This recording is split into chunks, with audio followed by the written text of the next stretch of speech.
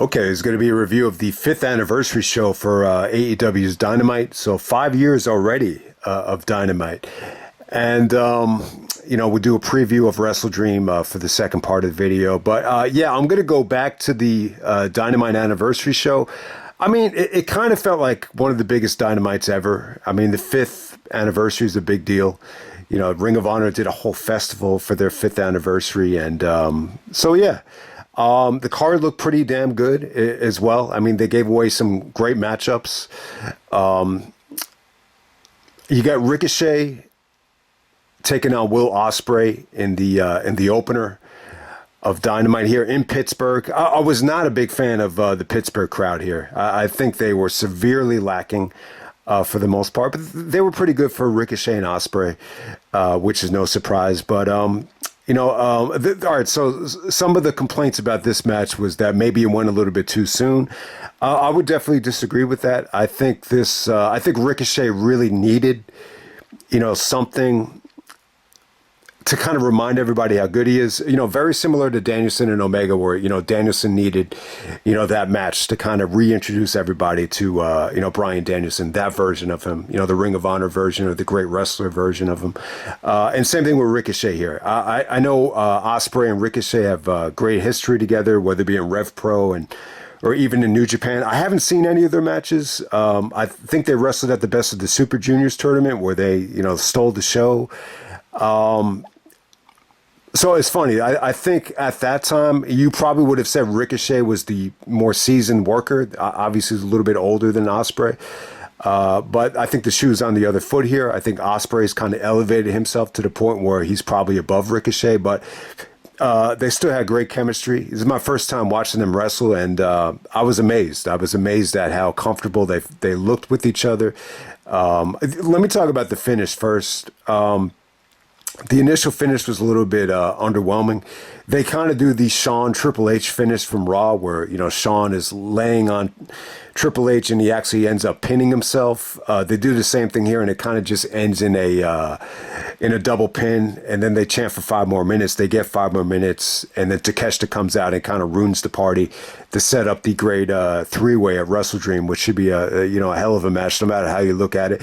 But yeah, I mean, in terms of just the way they worked, I mean, it was great stuff. I mean, some of the counters to the Os Cutters, came off great. What Ricochet was really good at in this match is just countering the running blades into backslides. I think he even did Nigel said it was like a backslide bomb. It was pretty damn cool. I mean, they did some great stuff out there. Ricochet still has it. He was hitting 630s. 450s, and I mean, it's just that blade at the end when Ospreay pinned him though was pretty damn stiff. I don't know. I mean, you would have expected something like this, a time limit draw, a double pin, so that definitely makes you want to see them again. But at least they got it in. But no, I mean, the question is, was it way too soon?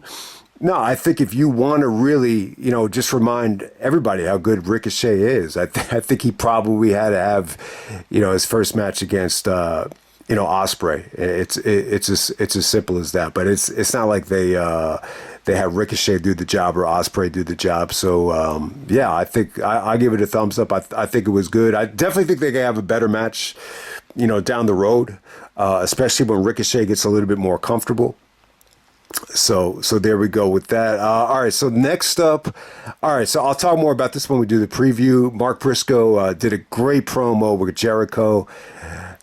Jericho's actually, talking shit to him, saying that he's never going to be as good as Jay. But it was a really, really good promo. So they're going to be wrestling for the ROH World Title. Jericho TV Time segment, that's what that was. All right, Juice Robinson taking on Hangman Page. So, Juice was kind of a nuisance to Hangman when he had the lumberjack match with Jarrett at Grand Slam. So, Hangman's out to get revenge here. This was just a total beatdown. Hangman just really went for the kill here. Gave him some nasty belt shots to end this thing. Juice did some really wacky facial expressions. Tony Schiavone actually said it's a combination of Bruiser Brody and the Macho Man Randy Savage. I got what he was saying about Savage. Sometimes Savage gave those really, weird facial expressions. So, Juice didn't get a lot of offense in, but it was pretty damn good. Hangman goes over convincingly, and when he's whipping Juice with the belt, we get the return of Jay White. So, Jay White comes out to help Juice. And, yeah, I think that should definitely be a hell of a matchup. You haven't seen Jay White in a while.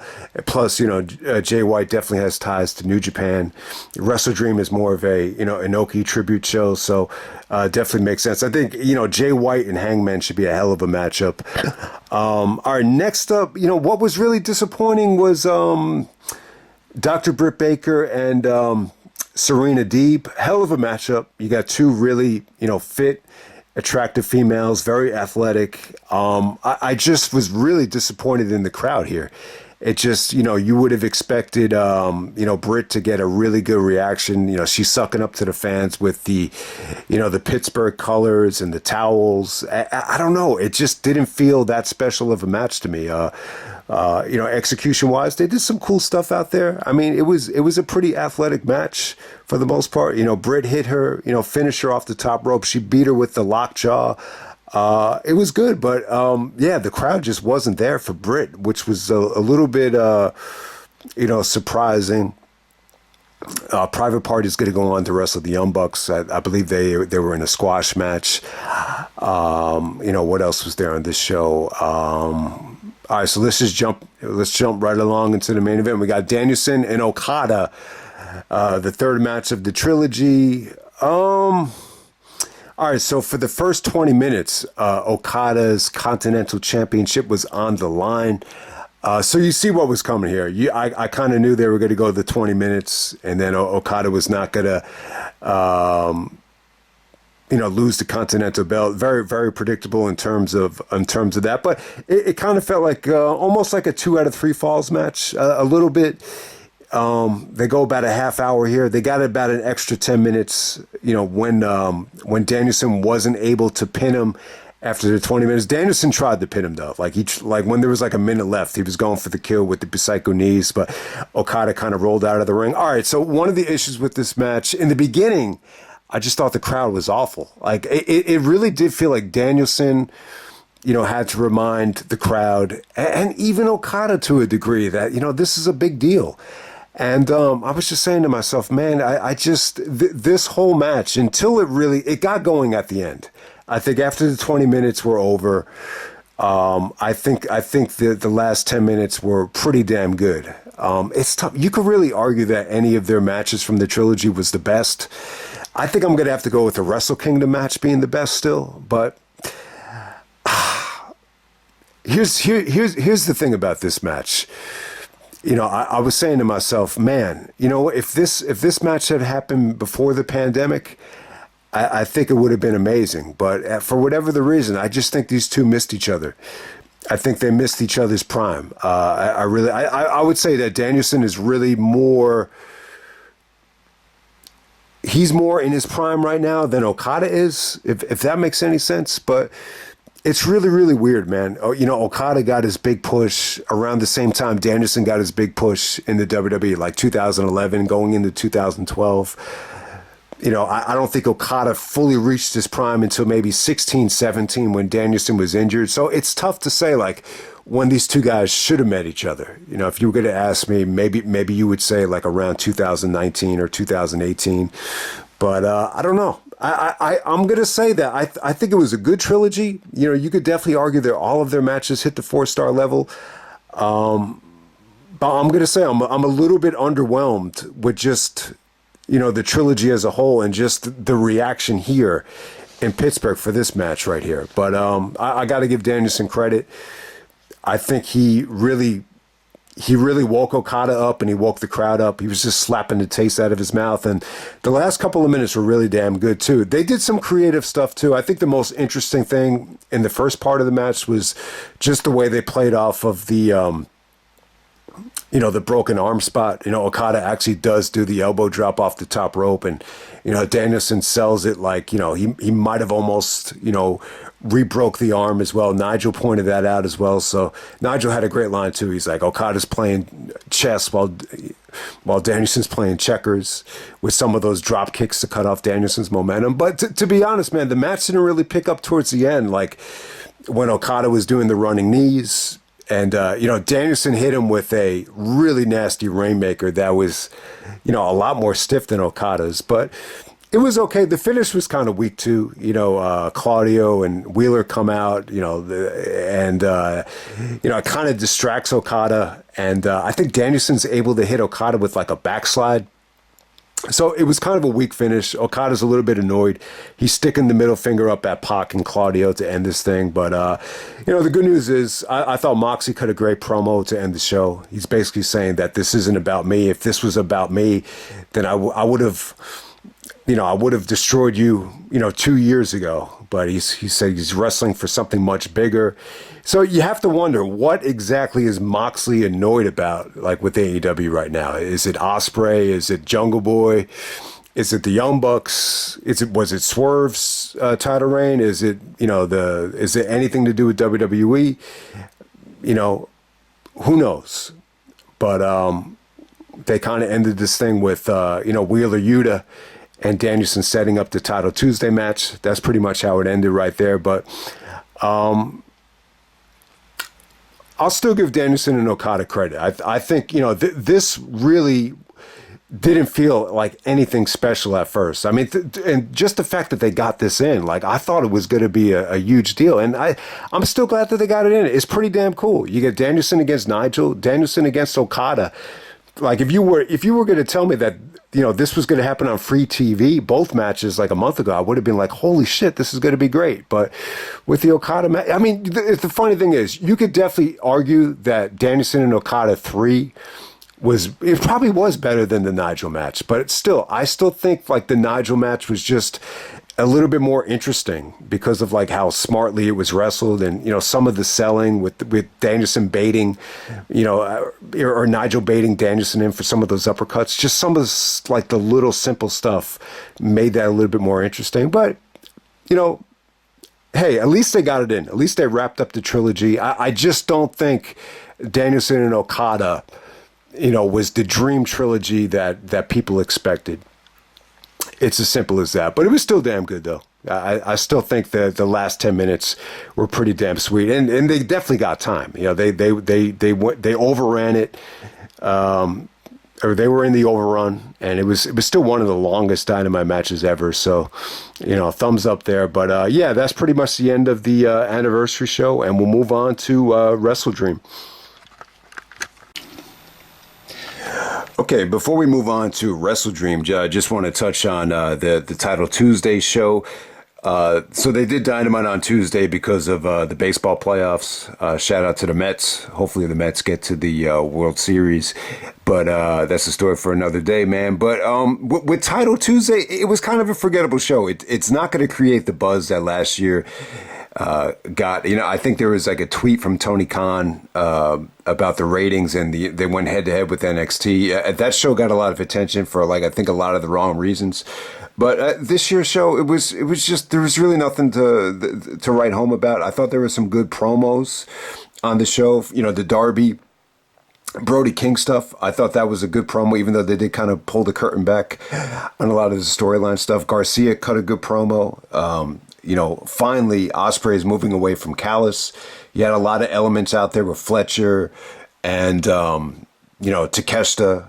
I thought that was actually a pretty good segment. The main event between Bryan and Wheeler, teaming up to take on Claudio and Pac, it was pretty good. But I can't say to you that it was that much better than the main event with Cody and Roman, from Bad Blood. I think both of those matches were pretty much solid matches, but just nothing special. Mercedes had one of her better matches against Emi Sakura. That wasn't bad. Jay White was in an enhancement match. What stole the show was Hologram and Commander, a lucha style match right there, and that was definitely the match of the night.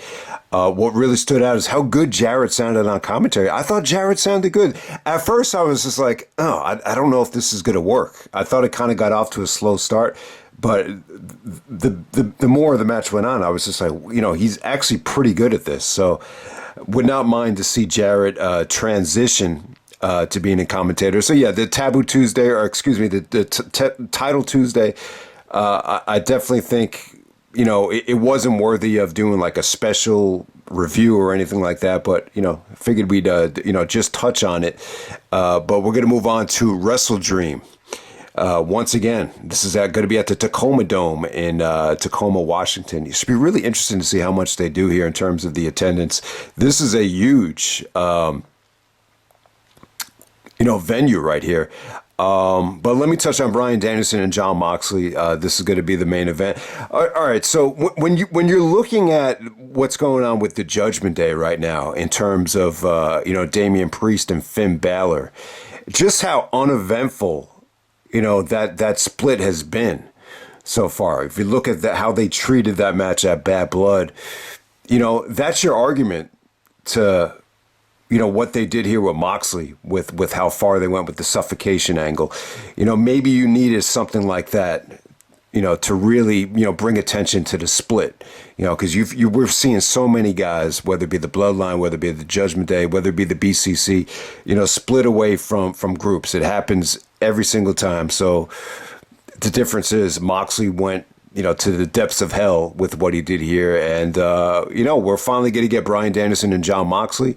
We'll see if Moxley's heat transitions to Bryan Danielson's home state. I don't know if it will. I really don't know if Moxley is going to be able to, maintain the type of heat that he got in Chicago when he did the angle. I really don't know. But what this Danielson and Moxley match has on their previous matches, this feels like good versus evil. This isn't like a friendly competition that the Revolution match felt like, or even their Grand Slam match. For the vacant championship.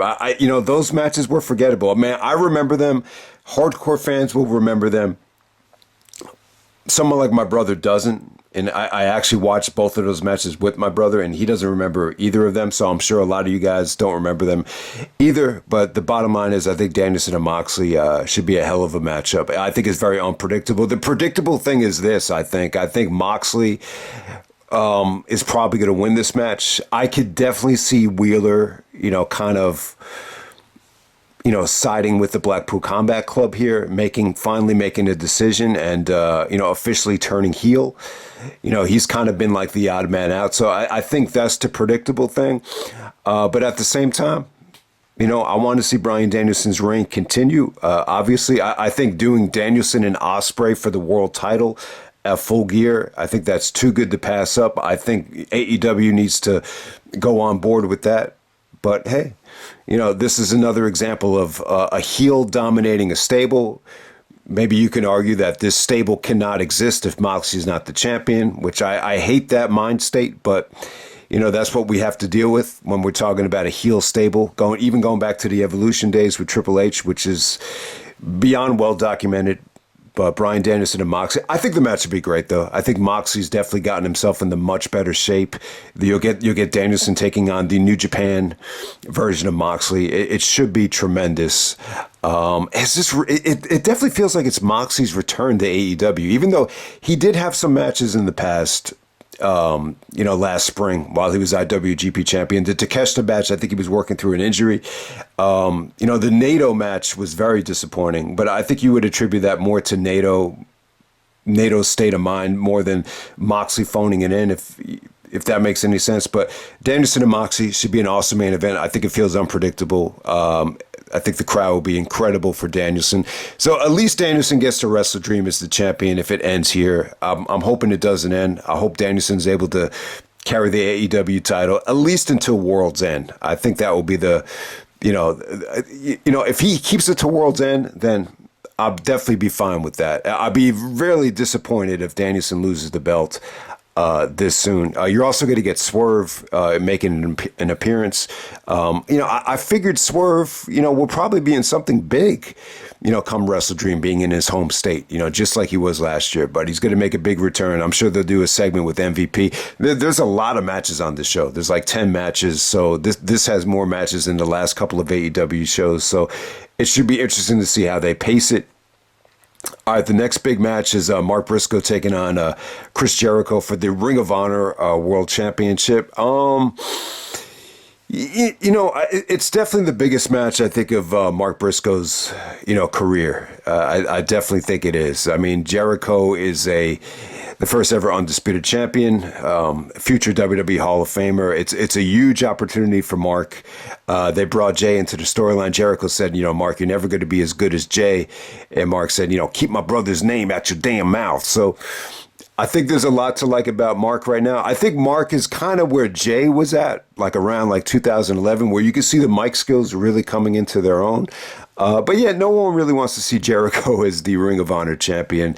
So I just think this will be a nice stepping stone for Mark Briscoe. Even if they do a rematch at Final Battle, I don't think at this point that Jericho is going to, bring more buys to Final Battle. And when you look back on it in retrospect, I think Jericho being associated with ROH, it didn't do as much as I thought it would do. Darby versus Brody King. So these two guys know each other. Darby brought up the fact that he helped get Brody King a job. So that's pretty cool. So this is the open challenge. Darby gets to wrestle in his home state. Darby had an incredible performance last year in the main event of Wrestledream. So, and that kind of brings up Christian Cage. Look out for Christian.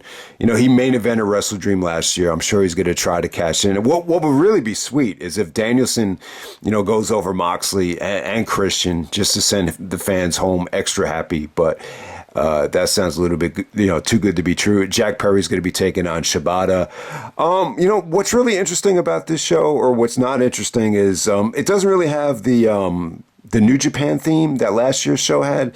They brought in Zack Sabre Jr. There was a lot of Inoki tributes on the show. So Shibata's kind of, representing Antonio Inoki here. So I could definitely see Shibata winning. You would think Jack Perry needs a big victory after coming up short against Danielson, but I actually have a gut feeling that Shibata would win the TNT Championship here. So definitely, I really enjoy what Shibata's doing with the interpretations through the phone. I actually think it's pretty funny. But yeah, next up we have what should possibly be the match of the night. Will Ospreay taking out Ricochet and Takeshita, a three-way match for the International Championship. It should be a lot of fun. It should be awesome. It should be challenging as well because it's very story-driven. You would think Don Callis is definitely going to get involved here. It definitely feels like Ospreay has separated himself, from Don Callis. Takeshita's been a hothead of a heel here. So I don't know if this is going to feel like, the three-way dance that is, flawless in terms of the finesse. You know what I'm saying? So I just don't know if it's going to feel like the three-way dance that, you would envision. There's probably going to be a lot of overbooking here, which should probably hurt it to some degree. But, these three guys...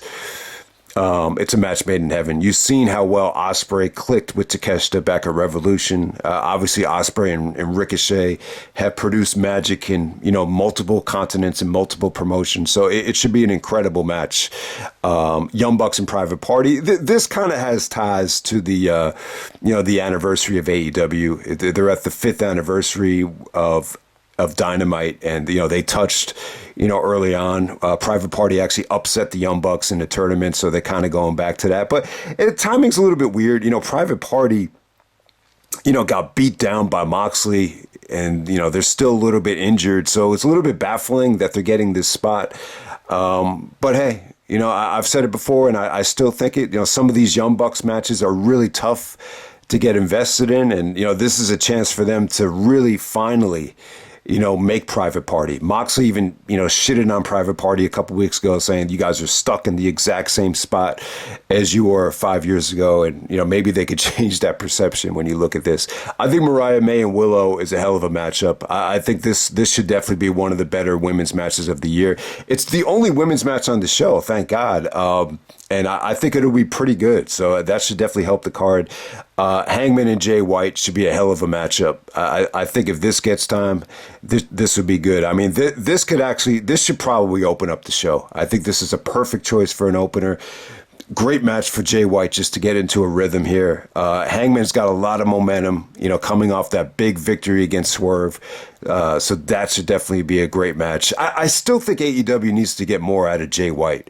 You know, he got the title shot at Full Gear against MJF last year, but since then it's just like been very injury prone. I think the booking of him with the Gun Club, it's been very baffling. I think they could get a lot more out of him, and hopefully it starts here. Kind of a weird match next. You got the Acclaimed taking on the MxM Collection of Mansoor and Mason Madden. This will probably be the weakest thing on the show. I didn't see any of the buildup here for this. We've seen them make some appearances. This collection team, they kind of remind me of that NXT tag team. But hey, the other match of the show that you should keep an eye on is Hologram taking on the Beast Mortos. Hologram just stole the show at Title Tuesday, and the Beast Mortos. All right, so I think Beast Mortos changed his name from what was he? Black Taurus. So I think Beast Mortos. I could be wrong about this, but I think Black Taurus and Beast Mortos are the same wrestler. I think he just changed his name, but you're going to get some nice lucha action here. I know this isn't everybody's cup of tea to see a lucha match without a storyline, but it should be an awesome match no matter how you look at it. But hey, that is Wrestledream. It's always been my dream to wrestle, as Mikey Whipwreck once said. But hey, man, hope everybody enjoys the show. It's coming. So listen, I'll just end the video here. Last year, Wrestledream did the weakest buy rate of the year. I think for a lot of reasons. I think Wrestledream is in a tough spot because you're going up against the playoffs. You're going up against football. October or November is just a very competitive time in terms of, competing with sports. So I think that's part of it. Plus, last year with Zack Sabre Jr. coming in, it very much had a New Japan theme. I think there's a lot of people that watch AEW that aren't that knowledgeable about, Japanese wrestling. So I think that was it as well. Plus, I think there's a lot of pay-per-views all at once, between All In, All Out, and Wrestledream. It's 3 pay-per-views in the span of, maybe like 45 days. So it's probably a bit pricey, I think, for some people. So that would explain why, the pay-per-view probably won't do that well. But I think this main event should be awesome. I think Danielson and Moxley should hit the 4-star level. Hangman and Jay White should hit the 4-star level. Young Bucks and Private Party, I think that will be good. The Young Bucks have always clicked very well with Private Party. I think Ospreay, Ricochet, and Takeshita. I think the ceiling is match of the year worthy. I think it could be 5 stars. At the same time, I could definitely see a lot of the booking bringing it down below that level, but we'll see. And, I don't think Mark Briscoe and Jericho will be great, but I just think it's good for Mark Briscoe's character development to be in there with Jericho. And I'll just end it right there. That's Wrestledream, and I'm out.